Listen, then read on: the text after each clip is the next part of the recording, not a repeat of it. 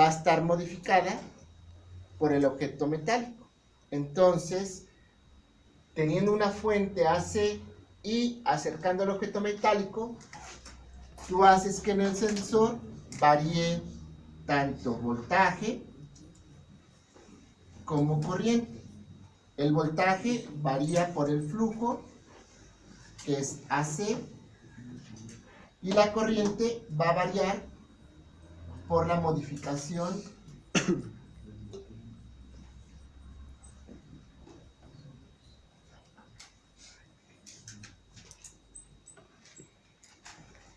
del entrehierro. Si no tenemos fuente AC, esta parte no va a variar y solo vamos a tener la modificación de la corriente.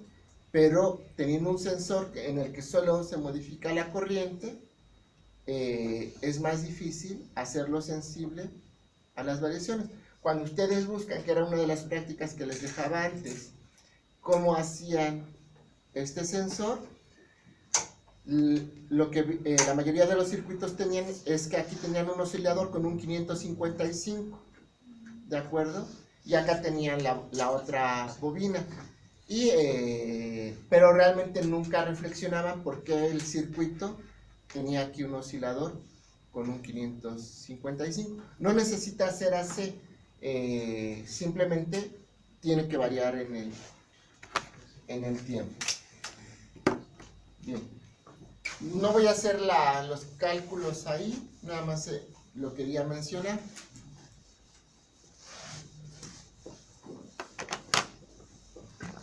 El siguiente que sigue es el actuador rotacional.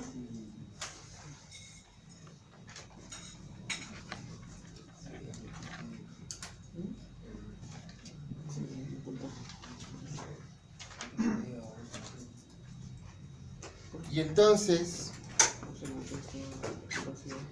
en nuestro actuador rotacional, lo que nosotros vamos a tener es lo siguiente, de forma general.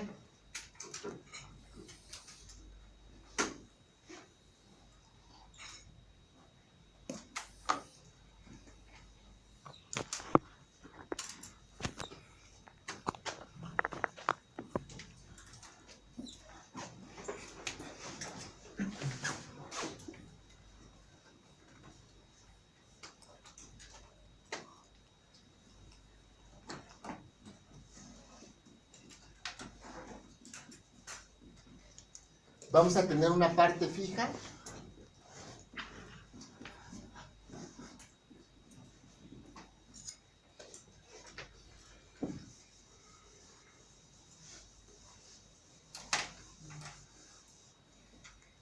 Y en esa parte fija vamos a generar un campo magnético. Entonces, en la parte fija,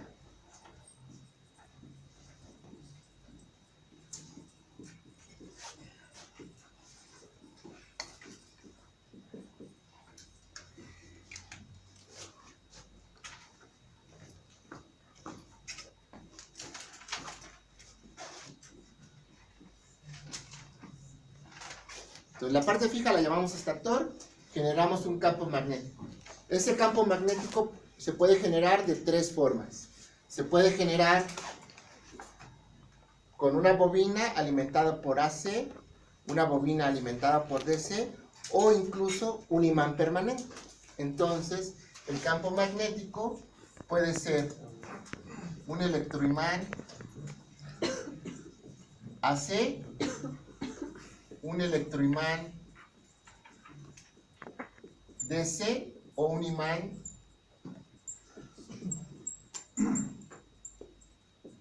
permanente.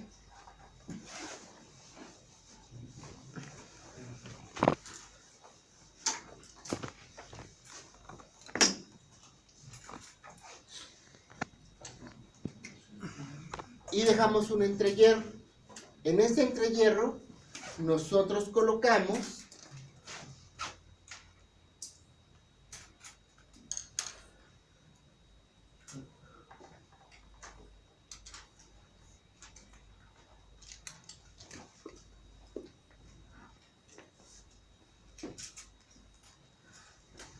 otra bobina, y esa bobina le vamos a poner, o la vamos a fijar, si estuviera en 2 dimensiones, en uno de los grados de libertad. Y entonces, aquí está fija en un grado de libertad.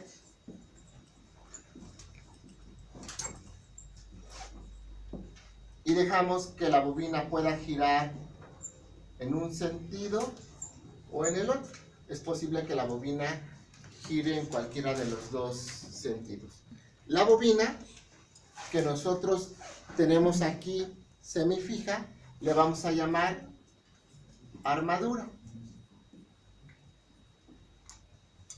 Entonces, nosotros estamos armando con una bobina esa parte que rota, y esa armadura entonces tiene una bobina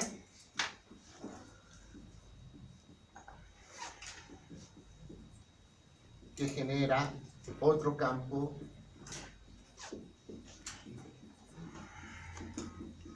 magnético. Al tener 2 campos magnéticos, uno de los cuales es fijo y el otro móvil, nosotros vamos a hacer o vamos a provocar movimiento. Entonces, el movimiento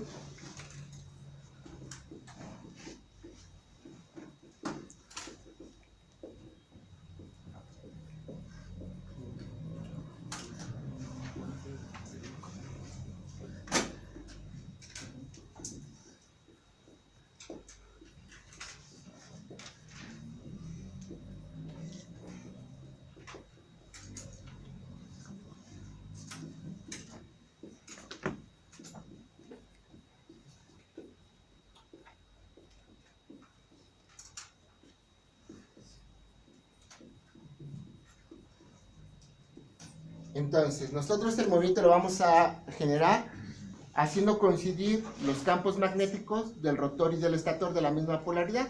Entonces, cuando estos campos magnéticos, los dos hacemos que coincidan norte-norte o sur-sur, el que tiene la posibilidad de moverse, en este caso el rotor, va a tratar de orientarse para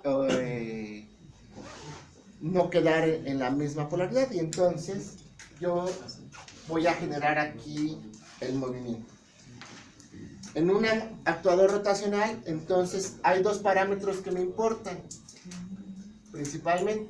Uno es el par y otro es la velocidad angular.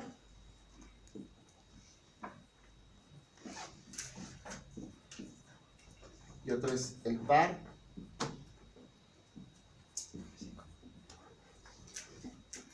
rotacional. Y va en función de cómo yo configuro esos electroimanes. Entonces, voy acá.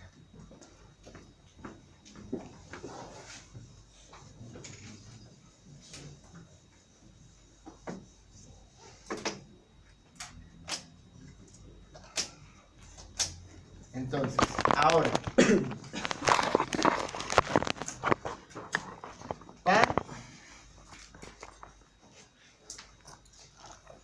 va a ser la derivada de la energía magnética con respecto al ángulo.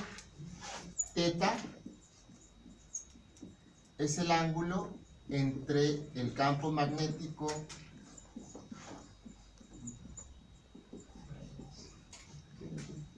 del estator y el campo magnético del rotor.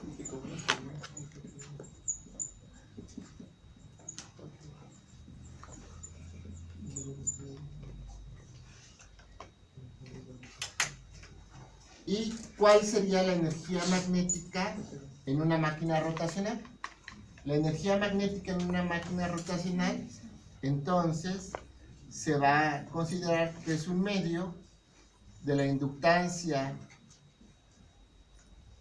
del estator por la corriente al cuadrado del estator más un medio de la inductancia del rotor por la corriente al cuadrado que pasa por el rotor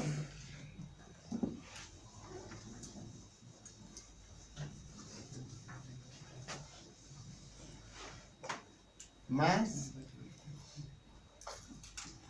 la inductancia que ve el estator en el rotor o viceversa por la corriente del rotor y por la corriente del estator. Entonces esa va a ser la energía magnética de forma general en el actuador rotacional.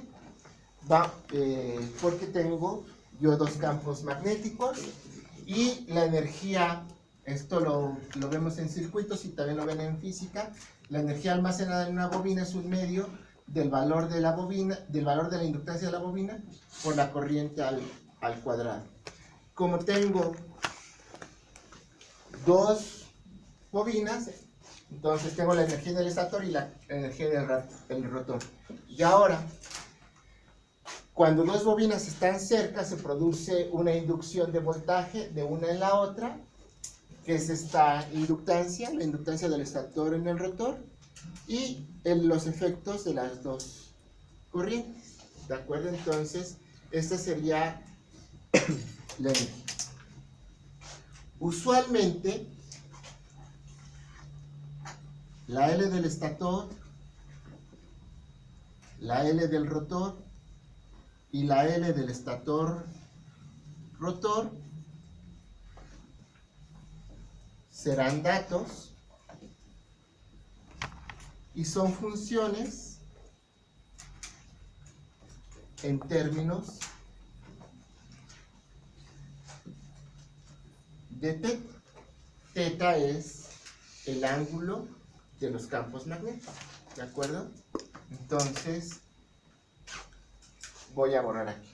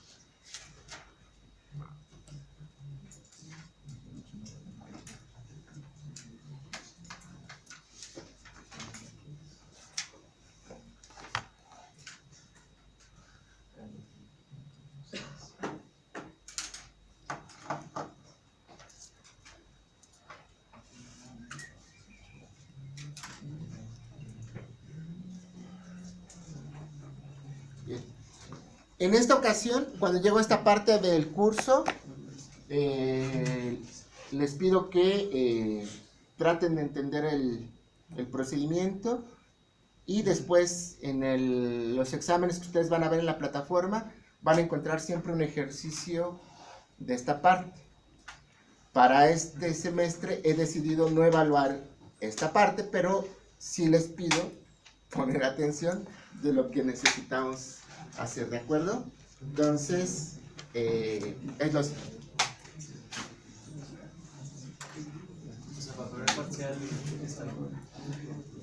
Bueno, voy a hacer todo el desarrollo y ahorita les voy a decir qué es lo que finalmente les evalúo. Entonces, yo tengo la inductancia del estator. Y la inductancia del estator le voy a poner que es 10 coseno de 2t. Tengo la inductancia del rotor. Y la inductancia del rotor le voy a poner que es 5 coseno de t. Y luego tengo la inductancia del estator rotor. Y la inductancia del estator rotor voy a decir que es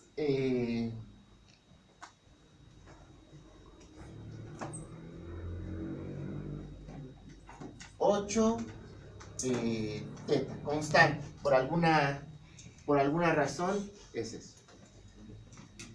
Voy a poner la corriente del estator. Vamos a poner que es 2 12 coseno de 60t, y la corriente del rotor voy a ponerle que es 12 coseno de 30t. La pregunta aquí es, ¿cuál es la energía magnética? ¿Cuál es el par instantáneo? ¿Y cuál es el par promedio? Y los modos de operación.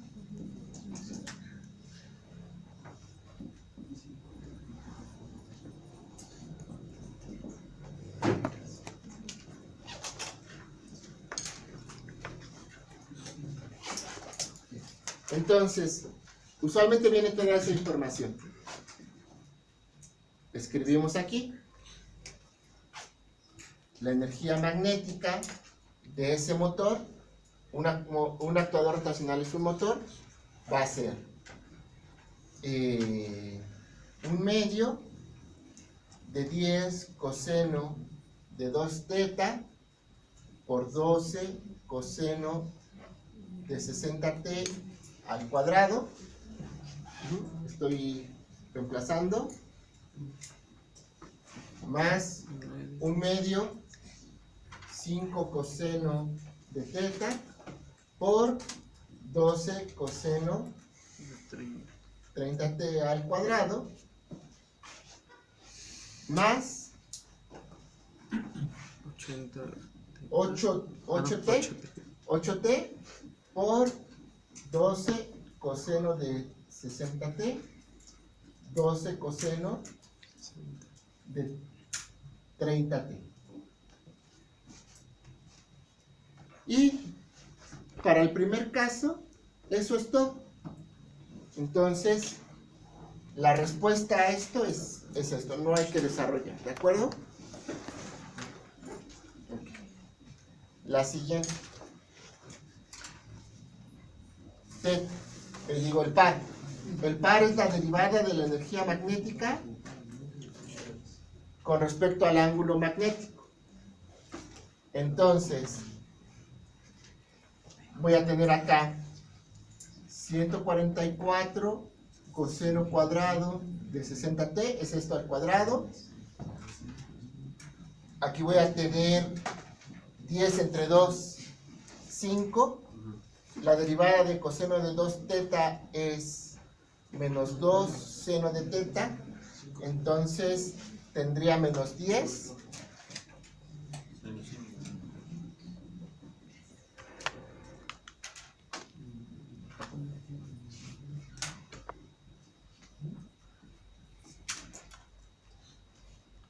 ¿Sí? Lo hago por partes. Entonces voy a tener 5. La derivada del coseno es menos 2 seno de 2 teta.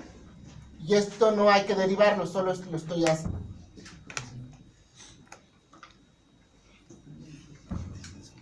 ¿Sí? ¿Todos ahí?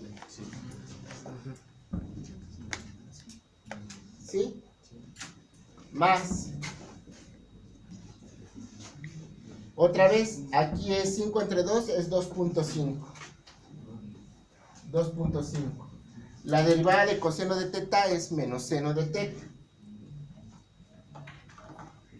Y esto no se deriva, solamente hago lo que está al cuadrado. Entonces es 144 coseno al cuadrado de 30t. La derivada de esto es 8 por 144 coseno de 60t coseno de 30t. ¿Sí? ¿Alguna pregunta ahí? ¿No?